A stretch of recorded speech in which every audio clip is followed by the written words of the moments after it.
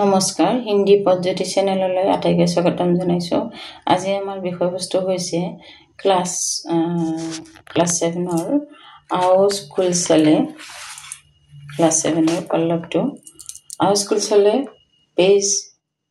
Page number 92 পাঠ আও school চলে এটো লেসনৰ কোৱেশ্চন আনসাৰ খিনি লেসনৰ কোৱেশ্চন আনসাৰ খিনি মই লৈ আনিছো তোমালোকৰ বাবে।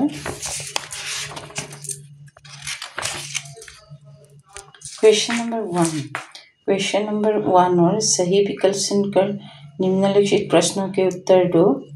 1 नंबर प्रश्न उत्तर शुद्ध आंसर हो ख, 2 नंबर टू ख, 3 टूर क टू आंसर हो और 4 टूर ग तुम्हारे चिन दी जाबा। 5 नंबर टूर क टू हो right option right answer. Next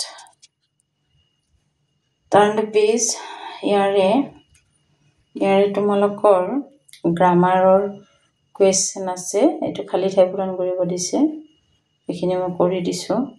খানা খায়া खाता खाएगा, पढ़ना पढ़ा पढ़ता पढ़ेगा, चलना चला चलता चलेगा, खेलना खेला खेलता खेलेगा। তাৰ পিছত 2 নম্বৰ প্ৰশ্নটো আছিল তোমাৰ বাক্য শুদ্ধিকৰণ। ইয়াতে বাক্য ভাইটাত কিছু ফুল হৈ আছে এই ফুলখিনি আমি শুধৰণি কৰি লিখিব লাগে। চাই লোৱা हम खाना खाए थे बेटा आंसर ही नहीं नहीं रहा।